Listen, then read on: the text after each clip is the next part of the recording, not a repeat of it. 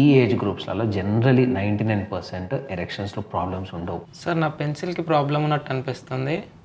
And ఇంకోటి అది గట్టిపడట్లేదు, ఎక్కువసేపు చేయలేకపోతున్నా సార్, నాకు ఎక్కువ భయంగా ఉంది. ఓకే, పెన్సిల్ అంటే మనకు అంగం సరిగా గట్టిపడట్లేదు.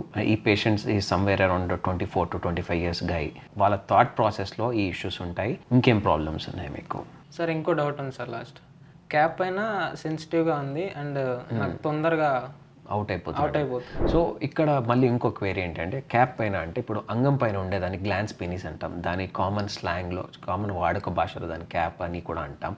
సో అక్కడ సెన్సిటివిటీ ఉంది. సో యంగ్ పీపుల్లలో ఇది సెన్సిటివిటీ అనేది వెరీ కామన్ ఇష్యూ. అంటే దీనికి బెస్ట్ ఆప్షన్ ఏంటంటే, మేము చూస్తున్న బెస్ట్ ఆప్షన్ ఏంటంటే, ఒకటి లోకల్ స్ప్రేస్ వాడడం ఒకటి ఇంపార్టెంట్, లేకపోతే circumcision.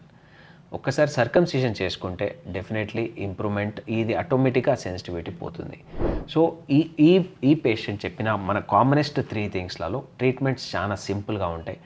Most of the thing వీళ్ళు మాటల్లో మనకి అర్థమైందంటే it's more of psychogenic erectile dysfunction లాగా అనుకోవచ్చు మనం. అండ్ ఇంకా ఫర్దర్గా మేము దీన్ని అనలైజ్ చేస్తాము అండ్ దీనికి ఫర్దర్ ట్రీట్మెంట్స్ ఉంటాయి. దాని గురించి మనం ఇంకా ఫ్యూచర్ వీడియోస్లో చేద్దాం. Thank you so much.